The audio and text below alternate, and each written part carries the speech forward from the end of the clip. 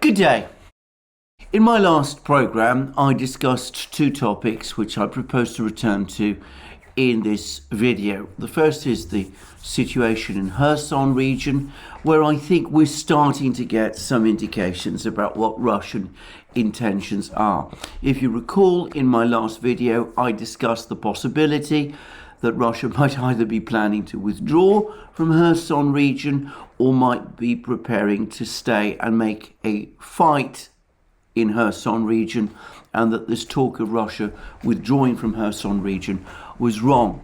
I said that I leaned to the view that the Russians were intending to make a fight in Kherson region and that they were not withdrawing from Kherson region. And today I'm going to say straight away that that opinion has been strengthened. I think it's becoming increasingly unlikely that the Russians are going to pull out of Kherson region anytime soon, if at all. So that's the first thing I wanted to say. The second topic that I'm going to discuss is the topic of the dirty bomb, which is now taking on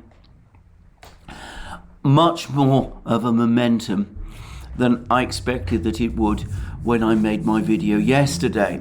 And I'm going to say that there's a lot more information now pouring out, and some of it is starting to look rather concerning. But let's first of all talk about Kherson region. Let me first of all clarify what I see as the situation in Kherson region.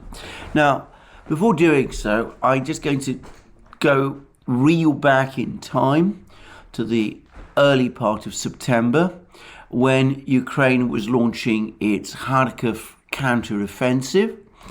And I think I was the first person to float the possibility, though it was not a prediction, but just a discussion of a possibility, that the Russians might be preparing to withdraw from ETHEREUM, abandon ETHEREUM, rather than let their troops be surrounded there. Now, I came to the view that that was possible essentially for one overriding reason. When Ukraine started its offensive in Kharkiv region, at the time of the initial fighting in the town of Balaklia, and for a couple of days after that, it became very obvious to me very quickly that Ukraine was not fighting to any significant extent the Russian regular army. There didn't seem to be any Russian regular army troops deployed in Balaklia itself. Balaklia was defended by members of the Lugansk militia, backed by troops, if you like, of Russia's Rosgvardia organization, which is an internal security organization. It is not a part of the Russian regular army. And subsequently, some airborne troops were deployed to Balaklia, and I thought for a time that these had come to reinforce the Rosgvardia troops who were trying to defend the town, but it subsequently turned out that they'd been sent in not to reinforce these troops, but to make it possible to pull them out, to pull them back. And Russian airborne troops were also deployed hurriedly in one or two other places, also to block Ukrainian advances.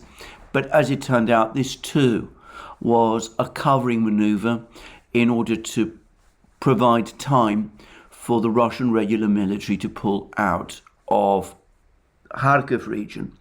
So it was clear that there was no real fighting going on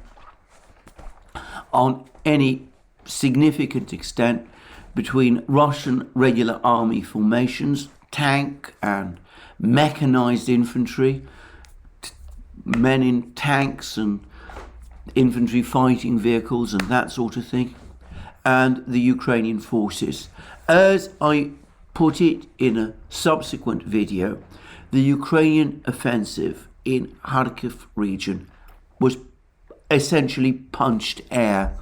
They hit at a place that the Russians were clearly, to a great extent, already pulling out of. And subsequently, we got an awful lot more information about the actual extent of Russian deployments in this part of Kharkiv region. And it turned out that regular Russian army troops stationed in ETHEREUM might have numbered fewer than 1,000 men, as against the 9,000 that Ukraine was throwing into the battle.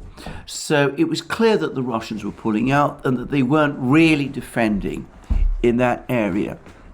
And that was what made me decide, as it became increasingly clear that the Russian army wasn't seriously defending itself in that part of Kharkiv region. It was this that made me think that the Russians might decide to just pull out, which is, of course, exactly what they did. Now, the fundamental difference between that situation and the situation in Kherson region, what has made me question, almost from the outset, the entire theory that the Russians are planning a major pullback from Kherson region, is that in contrast to what happened in Kharkiv region, the Russian army is very, very much there on the ground, on the front lines, actively defending its positions, repelling Ukrainian attacks, inflicting heavy casualties on the Ukrainian army when it carries out attacks. In other words, it's a completely different situation. And I would have expected that if there was a Russian retreat from Kherson region, we would be seeing by now some evidence of a gradual, perhaps systematic withdrawal of Russian forces from their front lines. In fact, on the contrary, ever since Ukraine made its breakthrough in early October and sent an armored column, which was then stopped by the Russians at the village of Duran on the west bank of the Dnieper River. Ever since then, the front lines in Kherson region have been stable.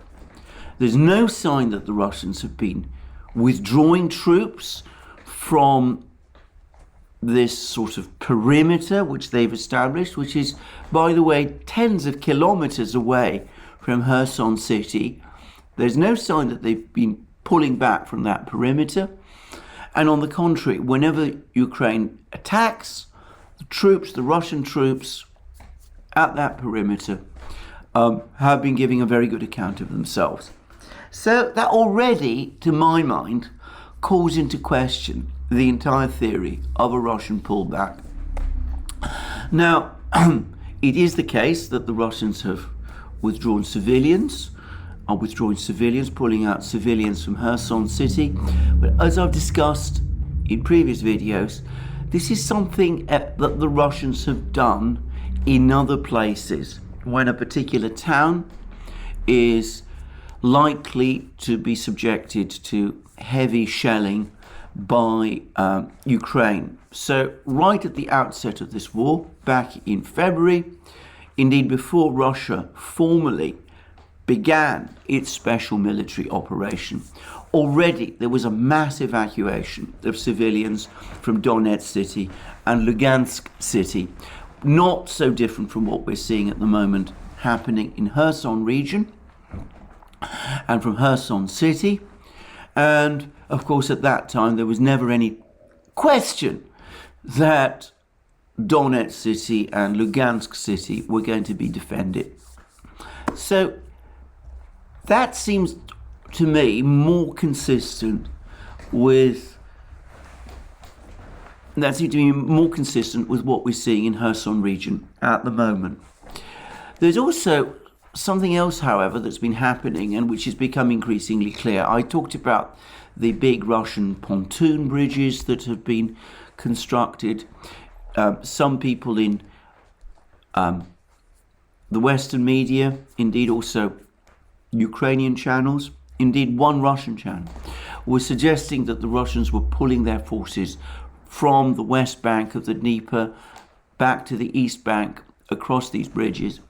But I think this was already looking difficult to believe in light of commentaries like the one I discussed from the former spokesman of the Ukrainian General Staff, who appeared to be suggesting that, on the contrary, the Russians were reinforcing, not pulling back. And I think over the last couple of hours, it seems increasingly likely that that is indeed exactly what has been going on. That the Russian forces in Kherson region have been undergoing a rotation. The light airborne infantry paratroopers who have been holding the front lines until fairly recently, until the last couple of days in fact, and who've been fighting and repelling Ukrainian attacks basically since the start of the Ukrainian offensive in Kharkiv region at the end of August. It looks like they and the Chechen militia troops who were deployed to this area a few weeks ago, it looks as if they are being pulled back, but that they are being replaced by regular Russian army units. That's to say, people with tanks and self-propelled guns and armored vehicles and that sort of thing. And that makes complete sense. It makes complete sense because obviously these light infantry, airborne light infantry, have been fighting now for many weeks, and it's likely that they're getting very tired and that they need to be taken out of the front lines so that they can rest and recover. But it also makes sense because it's clear that defending Kherson region has absorbed a disproportionate share of Russia's reserve of airborne troops, paratroopers. And these are perhaps the best infantry that Russia has, and the Russians typically like to use their paratroopers in an offensive way, seizing places behind the enemy's front lines, like that attack on Gostomel airport near Kiev, which the Russian paratroopers carried out at the start of the war. And also, of course, the Russian military likes to use them as a kind of fire brigade. So when there's a problem in one particular area of the battlefronts, they're able to quickly deploy these lightly equipped but very highly trained and professional airborne troops to the crisis point where they can stabilize the situation until troops with heavier troops, regular troops with tanks and armored vehicles are able to move in. And we saw them doing precisely that at the beginning of September in Kharkiv region, when they extracted the Rosgvardia troops from Balaklia, for example. Keeping your paratroopers bogged down on the front line, using up these precious infantry, is probably not something that the Russian command would want to do.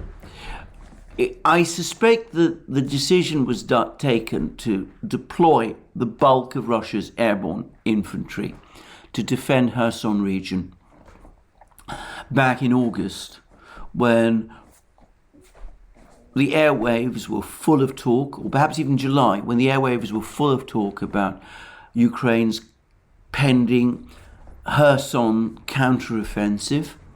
And of course the Russians, as we now know, were running short of regular infantry because so many of their contract soldiers were withdrawing from the regular army on the expiry of their contracts, which was starting to take place in August. So the Russians needed to find troops to close the gap in Kherson region, and they called up their airborne troops to do it. And for more than a month now, in fact for 2 months, the airborne troops have done this extremely effectively, but as I said, at some cost to themselves, no doubt. And besides, this isn't perhaps the most efficient use of these sort of troops. Now, as Russian regular force formations are being rebuilt with reservists and that sort of thing, these 300,000 troops that are being called up, as more of these reservists become available, it's become easier. It's now becoming possible, rather, to transfer heavier regular infantry across the pontoon bridges into Kherson region, where they're starting to replace these paratroopers and those largely lightly armed Chechen troops. And I think that is probably what's been going on. And what has happened is that some people have confused this rotation with a general retreat. Something like that, by the way, happens regularly in Bakhmut city. Ukraine is, as we know, defending Bakhmut city in Donetsk region. It's in fact the linchpin of their defense lines. Every so often they pull out a unit, a brigade that's been very badly damaged in the fighting, with many of the men killed or wounded, with much of the equipment destroyed. They pull it back so that they can rebuild it in the rear. And this is sometimes reported as a withdrawal from Bakhmut city. In fact, I've mentioned some of those reports about with Ukrainian withdrawals from Bakhmut city in earlier videos. What has happened is that even as the Ukrainians pull one battered brigade back, they replace it with a newer, fresher brigade, which is able to continue the fight. And I think this is exactly what we're seeing in Kherson region. Now, why do I say that? Firstly, because, as I said, there's no sign of any pullback from the front lines.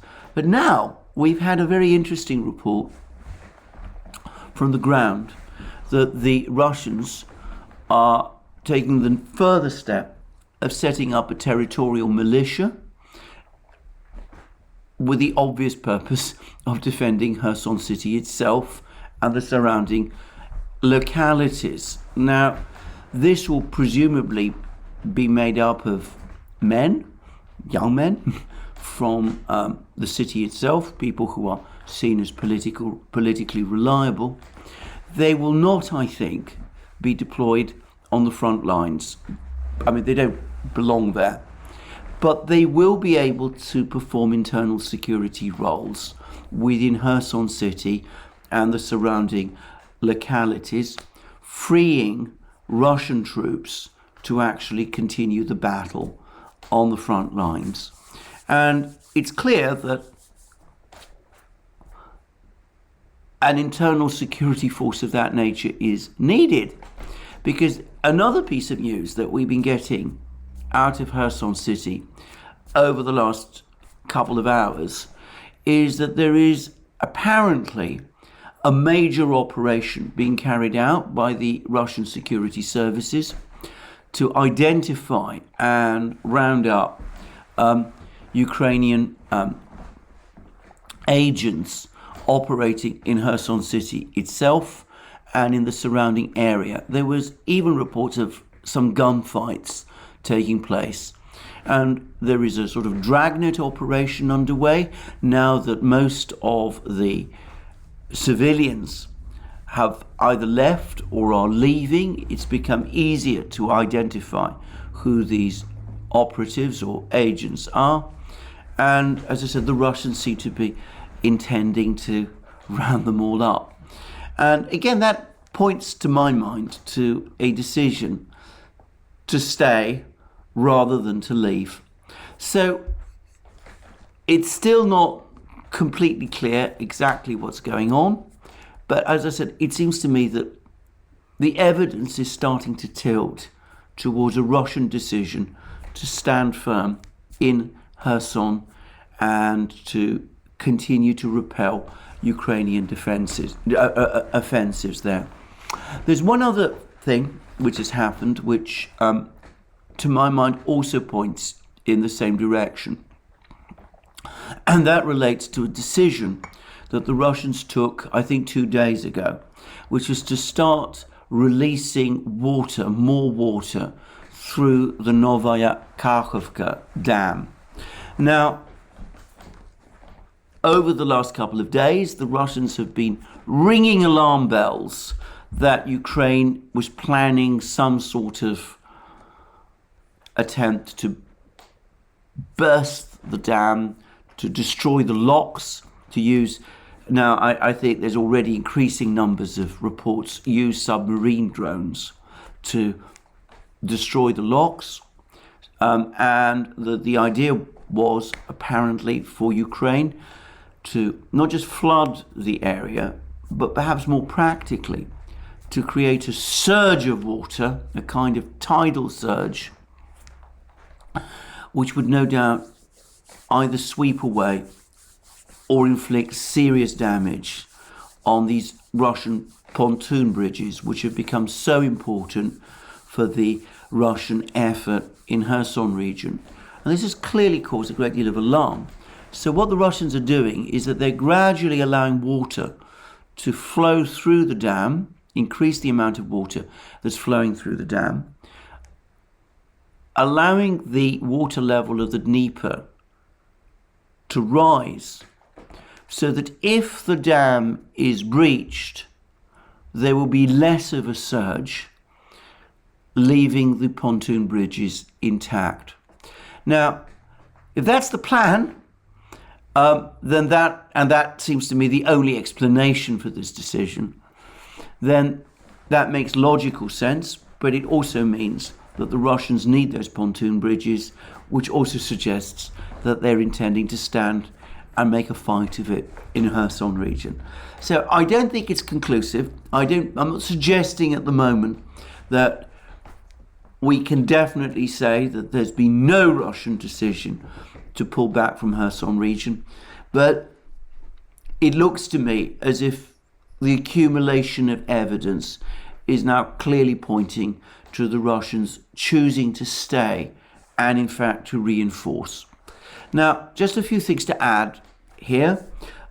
There's been an internet blackout in Kherson city, and there's been much speculation about why that is. It's been suggested that this is all part of an attempt by the Russians to conceal the withdrawal of their forces through Kherson city, but presumably Ukraine, through its satellite information that it's been getting from the Western powers, would be aware of a large withdrawal of that nature. I think it's more likely that the internet blackout and probably the communications blackout is part of this dragnet operation that I've been talking about, as the Russians have decided to stand and fight. They are apparently resolved to close down whatever in Ukrainian intelligence gathering or potentially sabotage operation might still be functioning in Kherson city. And so as they want to close these intelligence operation down, they're taking steps to cut off communications, to isolate these operatives, the easier presumably to try to track them down. So I suspect that's what that is all about. And I'm also going to say that there's one other thing that points to a Russian decision to stand firm, and that's this continued deluge of reports that we're getting from the Russian-appointed deputy governor of the region, a person called Kirill Stremusov, who seems to be the major spokesman of the Kherson, the Russian-appointed Kherson regional government. He seems a much more active or visible figure than the actual governor, Mr. Saltko. Anyway, whatever. Kirill Stremusov continues to talk about the fact that all Ukrainian attacks along the front lines have been repelled. And I have to say, up to now, whenever he's made that claim, it's turned out to be largely true. So, let's not discount the fact that he's discount the man's reliability simply because he talks rather a lot, given that whenever he said these things previously, he's turned out to be largely right. But anyway, he still gives the impression that there's no intention of abandoning Kherson city, and that he's even said that in these ineffectual attacks that Ukraine has been carrying out in and around Kherson region, Ukraine is losing around 200 men killed every day.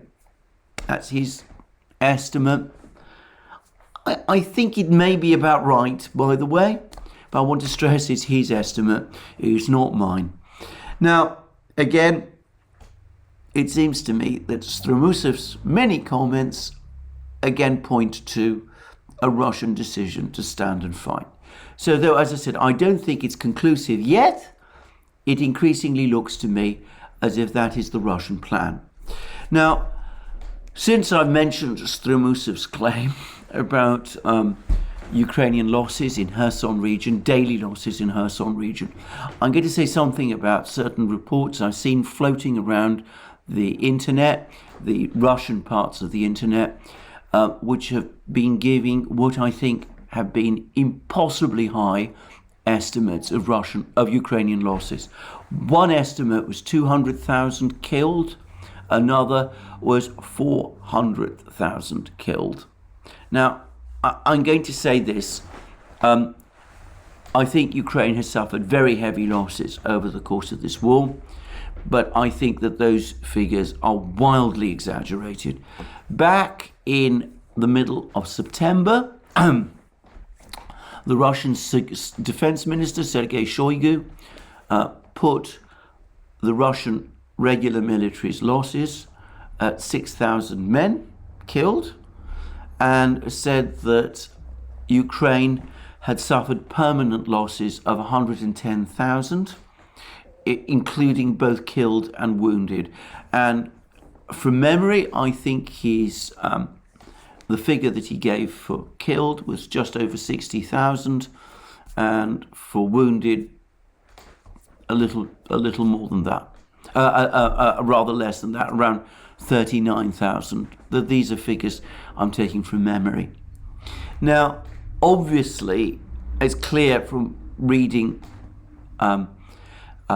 Shoigu's words that he was talking only about the regular military. He was not talking about many of these militia organizations that Ukraine has cobbled together, and it's highly likely that Ukrainian losses have increased since then. In fact, it's certain that they have, and perhaps given that Ukraine has been trying to conduct an offensive since the end of August, that the rate of losses that Ukraine is suffering has now probably increased significantly.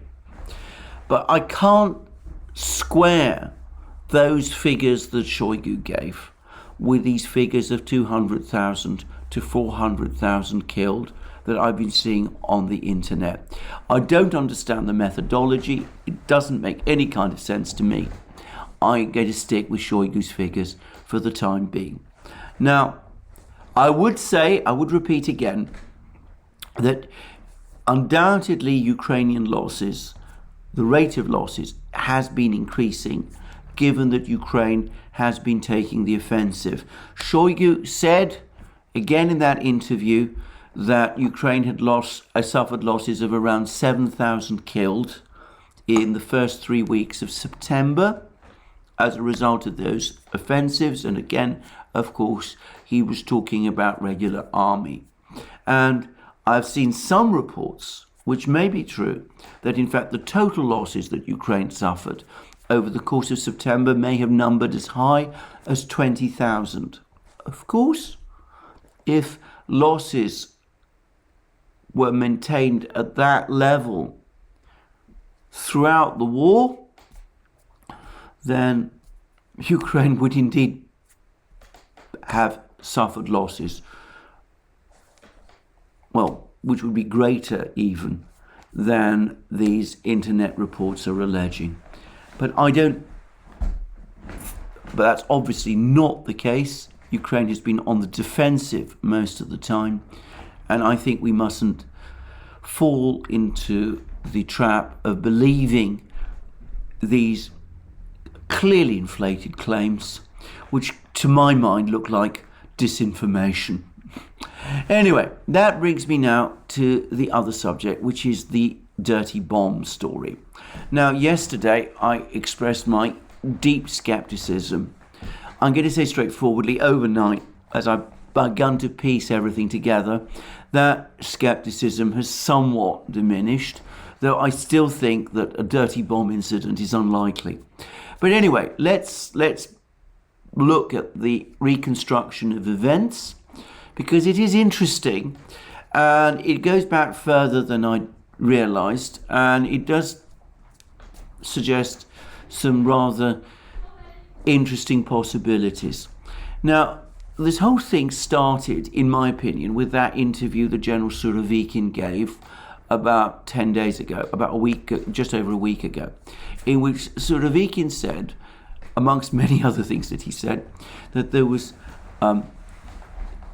evidence that Ukraine was preparing to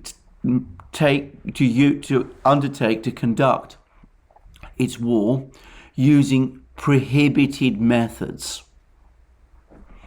Now, at the time, I thought that Surovikin was probably referring to the Ukrainian attempts to breach the Novaya Kakhovka Dam.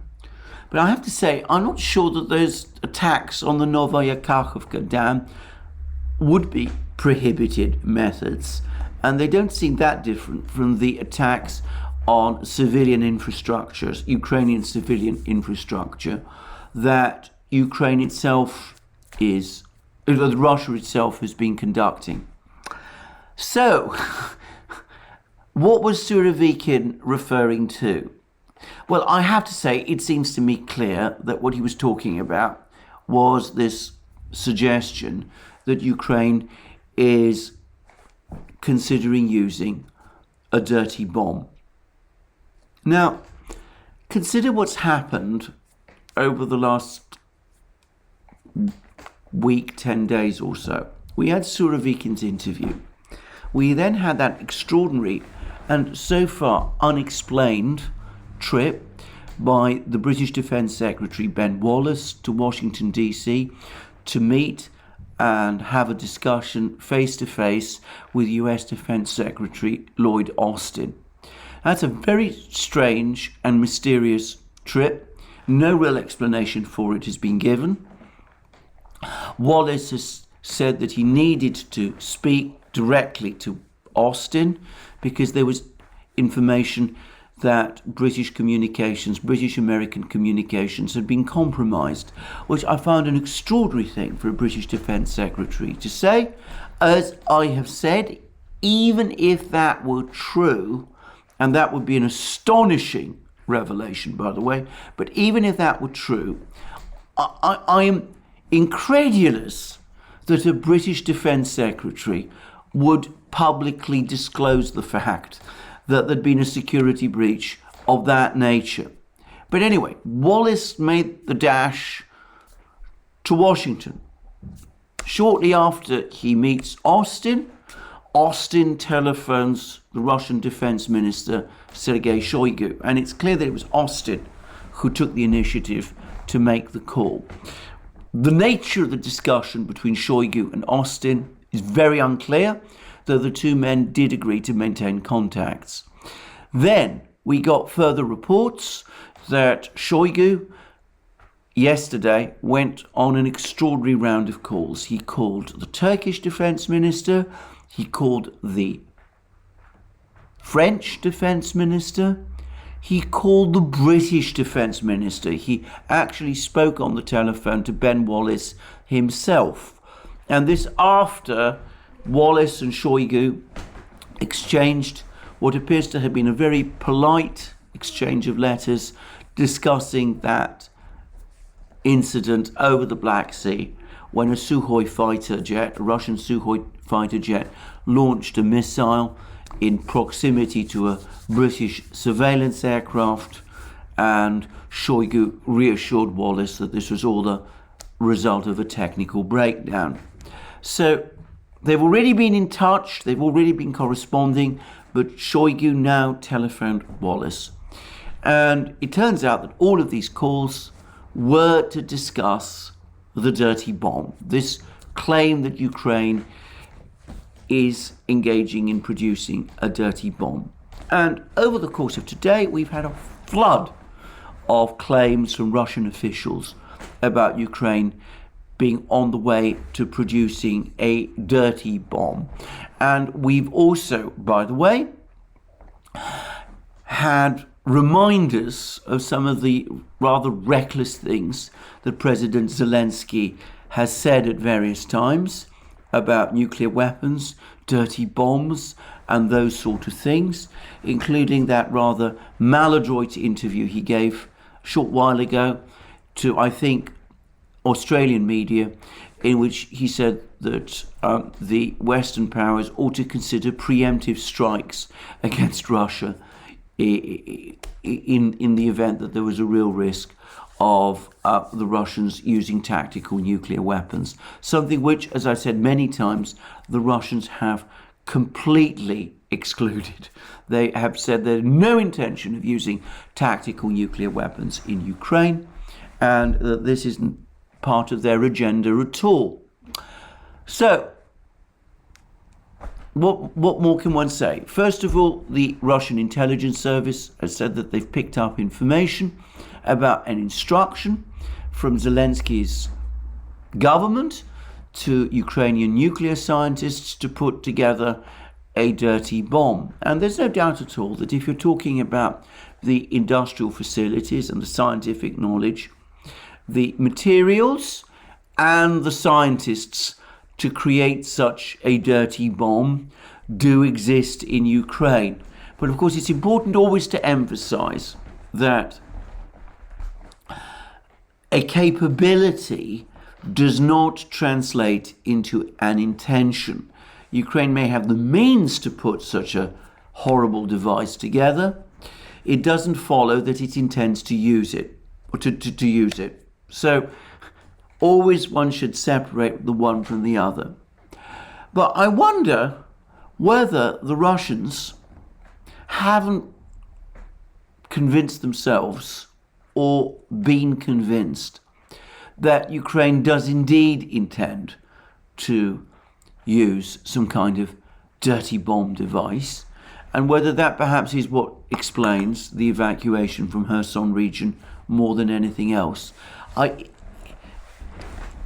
If one makes the massive assumption, and I stress it's only an assumption, and it's one I'm still skeptical about, but if one makes the massive assumption that Ukraine is planning some sort of use of such a device over the course of this war with the intention of blaming it on the Russians, well, Kherson region might be the logical place to do it. It's open steppe land, so there would be quite a lot of damage. It's not very thickly populated, but it's an area where the Ukrainians are very keen to push the Russians out. So it might be that that is what has caused all this alarm. It might have been that that was what triggered that decision to evacuate the civilians from Kherson city as quickly as possible because of fears that Ukraine might be planning to use such a device. Consider something else. Kherson region adjoins Zaporozhye region. And of course, Zaporozhye region is where the Zaporozhye nuclear power plant is located. I've already discussed in my previous video how one of my more erudite correspondents who follows me, who watches these videos, pointed out that if the dam were indeed breached, the Novaya Kakhovka dam were indeed breached, that might reduce water levels in the Kakhovka reservoir, the water from that reservoir being used as coolant for the Zaporozhye nuclear power plant. And of course, Ukraine has been shelling that nuclear power plant, which in and of itself has the potential to create a dangerous incident. In fact, there's been a lot of wild talk about this.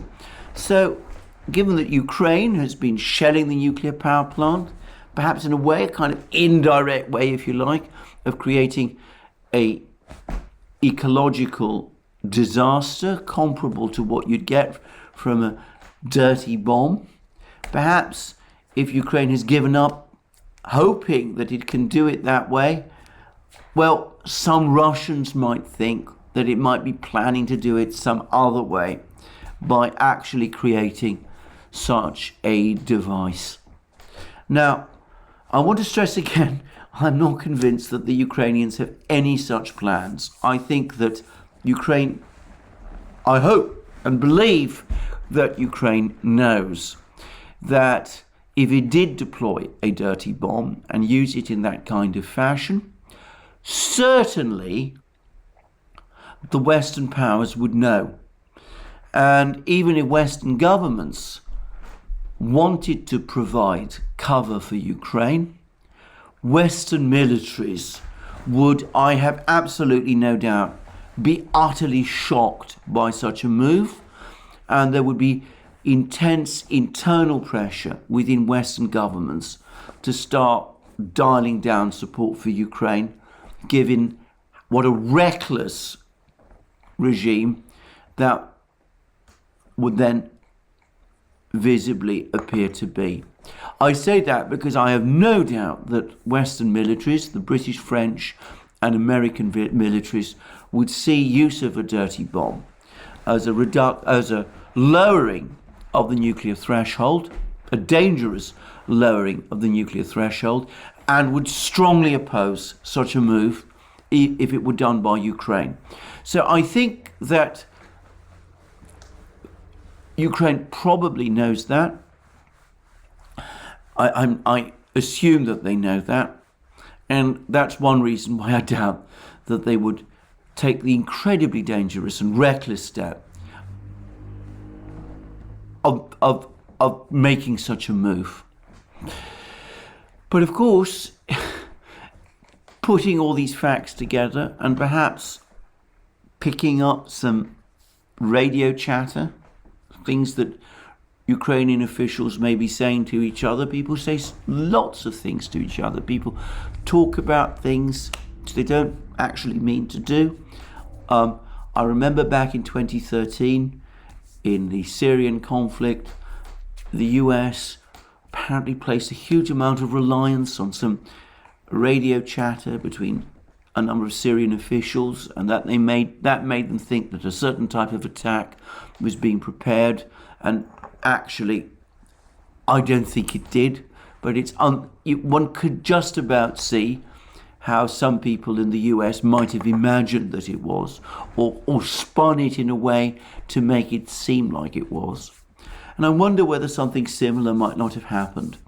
And obviously that would ring alarm bells in Moscow, and the Russians, who undoubtedly do maintain some levels of contacts, especially at the level of intelligence officers with the Western powers, would have probably circulated some of that intelligence to the Western powers, and that might have been extremely alarming to the Western powers, and that might have been what triggered Wallace's dash to Washington and his desire to speak with Lloyd Austin.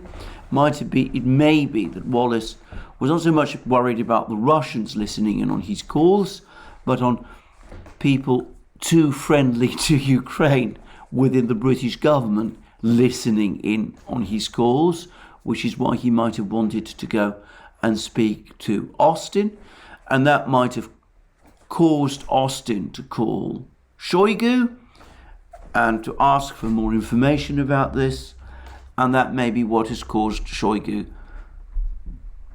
to call all these Western officials, all these Western defense ministers and the Turkish defense minister, and to provide more information.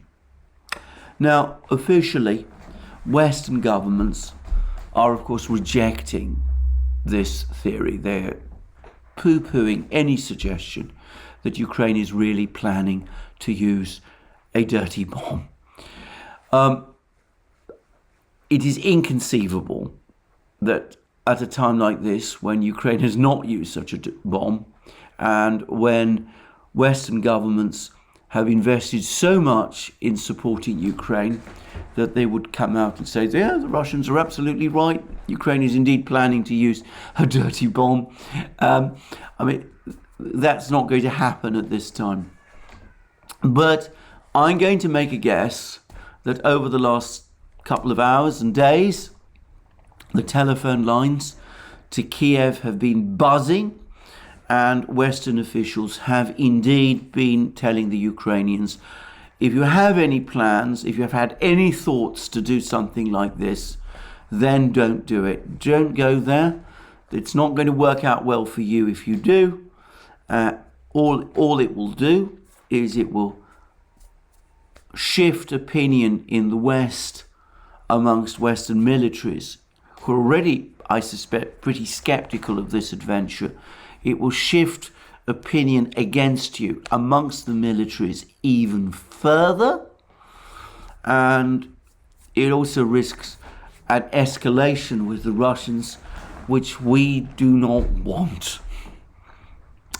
And by the way, on that topic, it's interesting that the US government has again apparently categorically rejected Ukrainian demands for the supply of ATACMS medium-range missiles, such as can be launched from HIMARS launchers.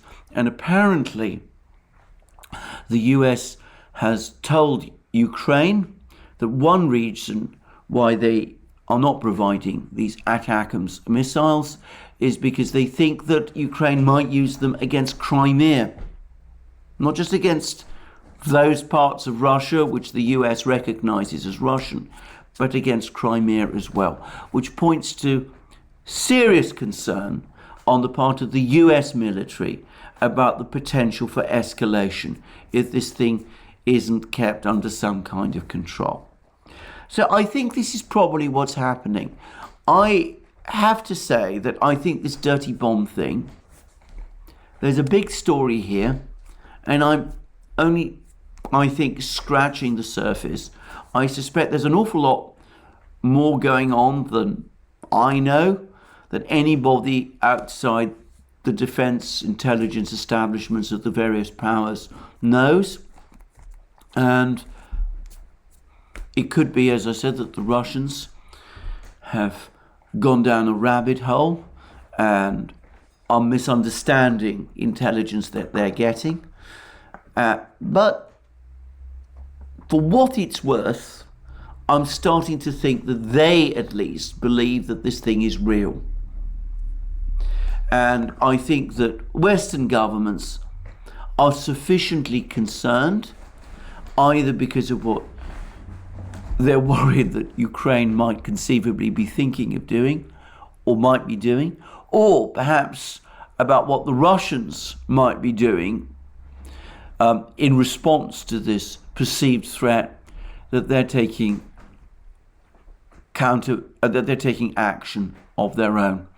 Anyway, this is an evolving story, but for what it's worth, I do think that these events in Kherson region and this dirty bomb story are connected in some way.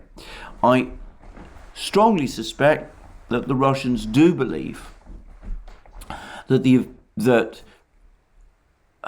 Ukraine was planning some kind of incident of that nature, either with the Zaporozhye nuclear power plant or perhaps with a dirty bomb, and that the decision to evacuate civilians from Kherson and those areas is probably connected to this in some way.